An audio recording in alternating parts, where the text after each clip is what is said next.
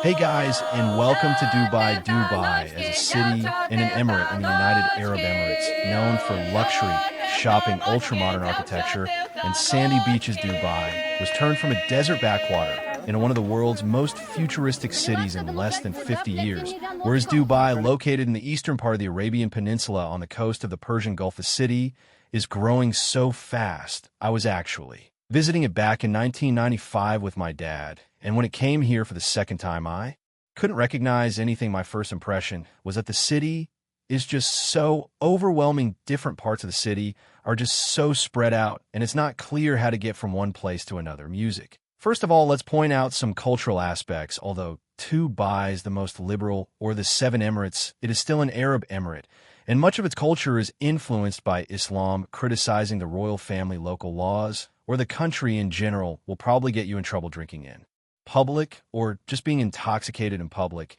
is also against the law. When visiting public places, you got to follow a certain dress code. Make sure you cover your shoulders and knees. Also, no kissing or hugging in public. You will hear a call to the prayer 5 times a day, no matter where you're outside in a mall or at a business meeting. Filming people is basically legal. You got to ask for their permission. First coffee, good. The population of the city is 3.3 million people, and every year it increases by 170,000 people. You might be surprised by the locals, or Emiratis only make up about 10% of the population. Looking at all the luxury of Dubai, it might seem that everyone must be pretty wealthy around here, which is often the case for locals and some high-skilled expatriates coming from countries like the US, UK, or Canada.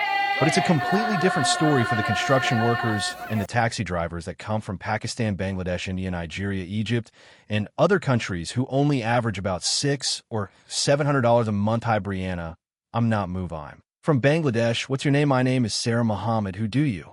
Come from Pakistan, Peshawar. Nice to meet you. Yet they don't live in fancy neighborhoods. Rather, they live in communities such as this one. They can't afford to bring their families over here, and sometimes several men have to share one room. They're here to make some money and send it back to their home country. I want to mention this guy. He's from Egypt. Who saw us on the subway trying to figure out how to get to a certain place, and he came to our rescue and took us all the way to the destination, and then even stopped to buy some cold drinks, which was very nice of him. None of those people had plans to stay here longer than they needed to, because UAE citizenship is almost impossible to obtain. Even if you're born here, it doesn't change anything unless one of your parents is an Emirati.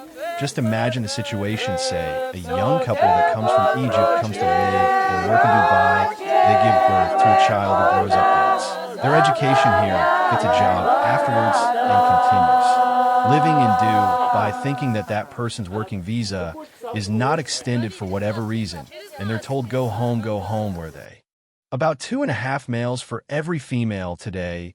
Less than 5% of the Emirates' revenue comes from oil. Instead, the economy relies on trade, tourism, aviation, financial services, and real estate. Tourism is doing well. Dubai's the 4th most visited city in the world. The city had 15 million overnight visitors in 2016, but the real estate situation is another story. Who want to invest in Dubai have to keep an eye on the market. Several years ago, Dubai already found itself in a difficult situation when it needed a $20 billion bailout from its oil-rich neighbor Abu Dhabi to escape a debt crisis caused by collapsing property prices. Since 2014, residential property prices have dropped by more than 15% and are still falling. The housing market remains oversupply, and you're looking at all the ongoing projects. I get a feeling that it might stay this way for a while. At the same time, they're expecting the city population to double by 2027. Everyone's betting on Expo 2020 to turn things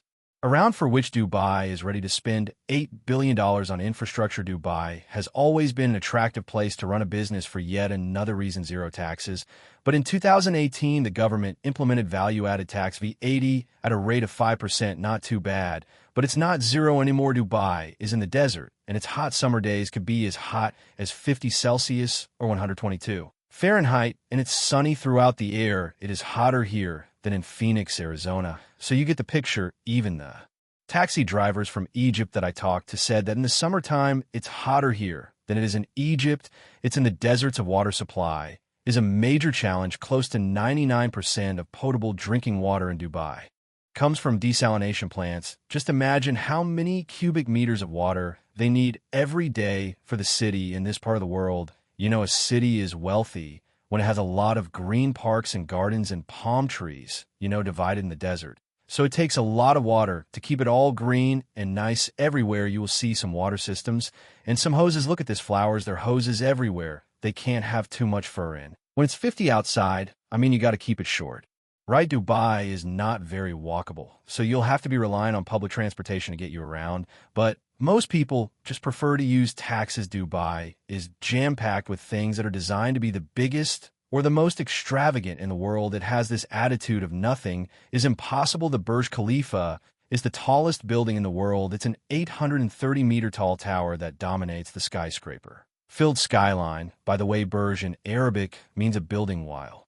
Without a doubt, it's a true masterpiece. It might be just a little bit of an overrated sight for tourists. Do you really want to waste 2 or 3 hours in line just to see the city from above? I decided to pass on the idea because you can admire the building from outside for free. But did you know they're already building a toll or building? It's called Dubai Creek Tower, and it will be at least 100 meters taller than Burj Khalifa. Dubai has the world's largest flower garden, Dubai Miracle Garden.